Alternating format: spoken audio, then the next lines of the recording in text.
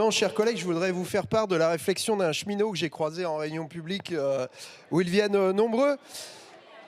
Le malheur, vous voulez nous faire croire, en tout cas c'est le gouvernement veut nous faire croire que le malheur des uns fera le bonheur des autres sur ces histoires de régimes spéciaux.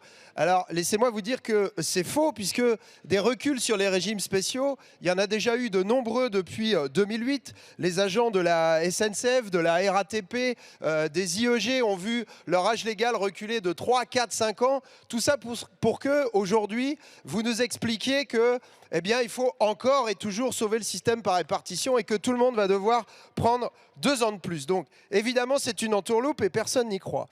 Nous ne proposons pas de taxer sur la vie de ceux qui se lèvent tôt, mais plutôt sur le capital de ceux qui gagnent trop et souvent sur le dos des premiers.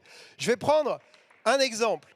Quand vous prenez, ce n'est pas notre proposition qui serait évidemment trop excessive, mais si vous preniez, imaginons, 9 milliards à une personne qui en possède 10, eh bien à la fin, il lui resterait 1 milliard, ce qui est largement suffisant pour vivre. Et par contre, ces 9 milliards, vous pourriez les redistribuer à l'ensemble des autres. Autrement dit, nous allons faire des propositions qui à la fois permettent le bonheur des autres sans faire le malheur des uns.